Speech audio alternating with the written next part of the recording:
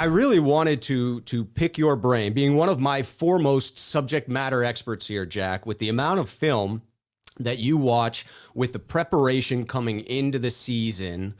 I think that you had one of the firmer grasps on where we were in this quarterback scenario. And now we've watched a full game of film on Trey Lance. So we have 6 quarters of tape on Trey. And certainly it feels as if we know to this point what we're getting out of Jimmy on any given Sunday, and certainly what we're getting out of him this year.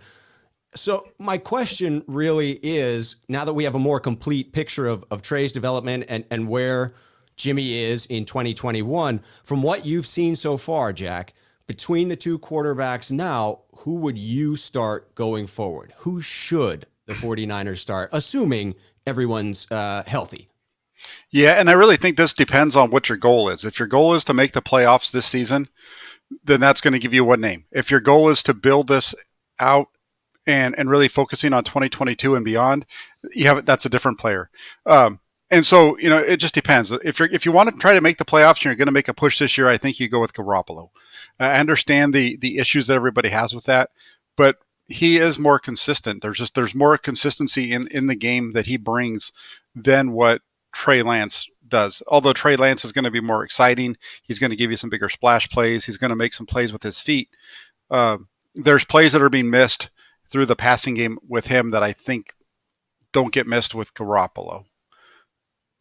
Do you see the same types of errors from the two? Is that sort of a wash between Jimmy and Trey? Trey, obviously, with the fact that he's young, he's a rookie, he makes the rookie errors, and Jimmy, with the idea of that's sort of who he is. In his makeup, the wires will get crossed at some point, and you'll see something that leaves you scratching your head, wondering what occurred on that play. I think with Garoppolo, sometimes he just gets ahead of himself, kind of expecting somebody to be in a position or not be there. And so that's why he throws those balls that get intercepted by a linebacker or a safety that's stepping down in the box, because he's expecting that to be open. And he gets rid of the ball so quick that sometimes he's not really, and it's a mistake on his part where he's not checking before he throws it, if that makes sense. You kind of see him doing that at times. And with Lance, you kind of get the opposite with Lance. You get a quarterback who has things that are open, but he doesn't see it as open, so he doesn't make throws. He doesn't throw. He doesn't make. He's a little hesitant to make those tight window throws that Garoppolo is going to make at times. I think that's maybe the best way to put that. And plus, they're complete opposites of each other in the fact that Lance doesn't want to work over the middle of the field. He doesn't like working that in that area because there's so much traffic. So he's much more likely to throw outside the numbers to that area of the field, whereas Garoppolo is the opposite. He's much more comfortable working over the middle than he is to the outside, and it's an arm strength issue with Garoppolo. If he had Lance's arm, I think you'd see him hit all areas of the field more consistently. Which of those two scenarios do you find more limiting for the 49ers offense? So in other words, when Jimmy is in and you're focused primarily on the middle of the field and short passing game versus Lance coming in, how do you see that limiting what the 49ers like to do, what they want to do, and what they can do with each of those quarterbacks in there? I think that they can get more done now with Garoppolo. And hopefully they can get more done with Lance moving forward. I think the issue that you have with Lance, and I understand get him out there, let him play. He's going to get better as he plays. I don't see it that way. I just think there's so much change that's going on for him coming in his rookie year that if he sits this year, plays what he's already played, and he takes that and starts to kind of build on it through practice and whatnot, when he comes back next year, you're going to see a guy who's been able to work on some of his mechanical issues again, but he's not going to be going through the whole process of learning the offense and learning the NFL next season. I think that's why they had this plan of him really not being the starter this year and just kind of using him in bits and pieces. So you see the experience that he's gotten to this point being valuable enough that even if he were to sit the remainder of the season, he has enough things to work on to advance next season if he were to take over the starting role then? Yeah, I do. The thing is, the mistakes that we saw from him on Sunday against Arizona 2 weeks ago were the same mistakes that we've seen of him throughout training camp and throughout the preseason.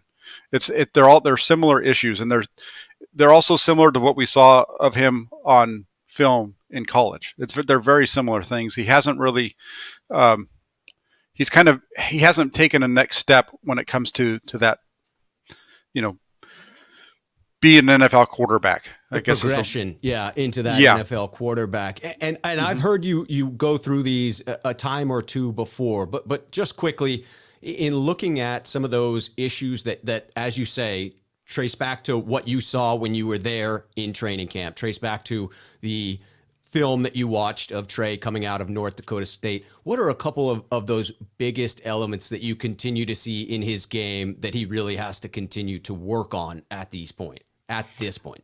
Yeah, I think it's really being able to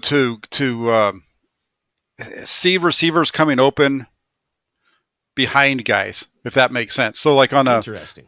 like for example, when they're running a seam route and they have a linebacker that's sitting underneath it, being able to realize that guy's actually open and he can get the ball there instead of point it down, because that's something that we saw him not do on Sunday, and we saw him do it a couple of times in the preseason as well.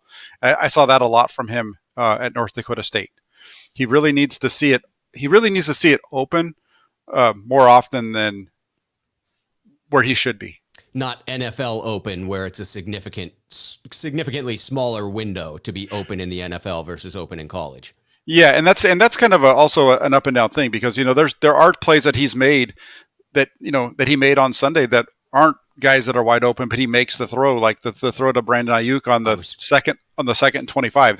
He's not open, but he puts the ball in the right spot. I mean, he's open in that there's an area that he can get the ball to him, and he sticks it in there to him.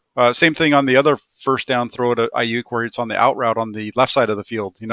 He puts that in a position where only Ayuk can make that catch. Those are really good throws on his part and tight balls.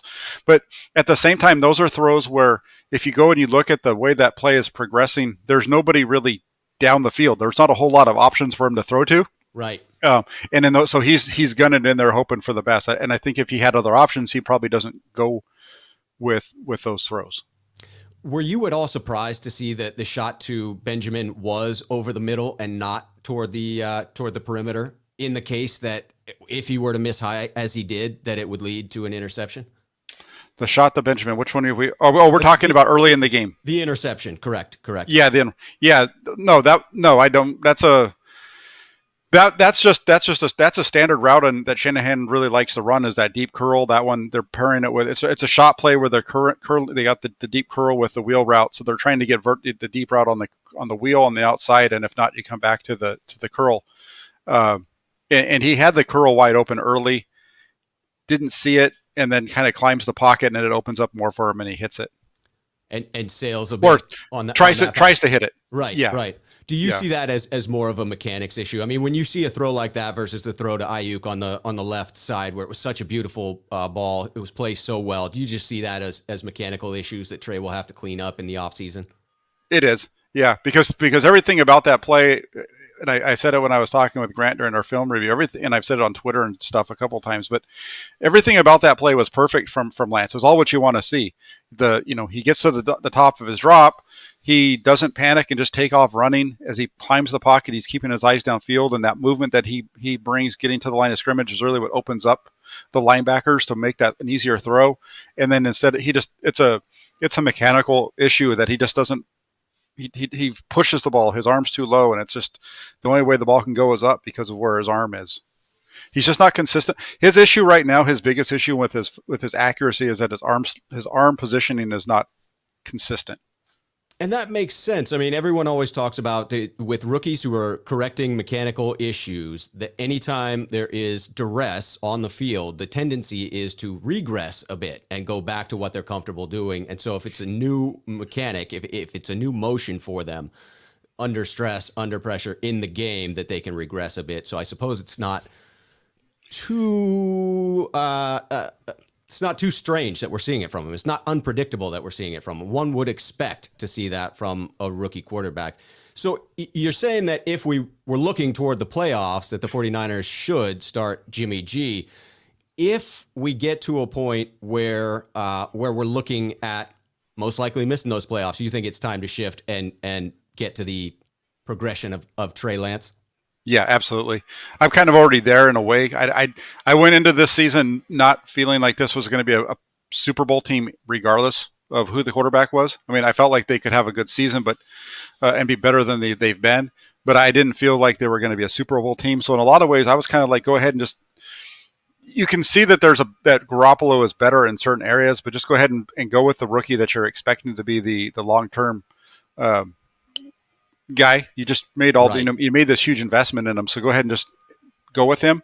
Uh, he's going to get there. It's just a matter of I think we need to maybe just tap the brakes a little bit and let him Yeah. kind of work on it.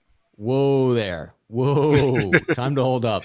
Yeah. If we go with Jimmy and pursue the playoffs, as I think it's turning out at the moment, certainly for the time being, do you see them working Lance into the system closer to what was happening early in the season, or do you see it being fully Jimmy ship?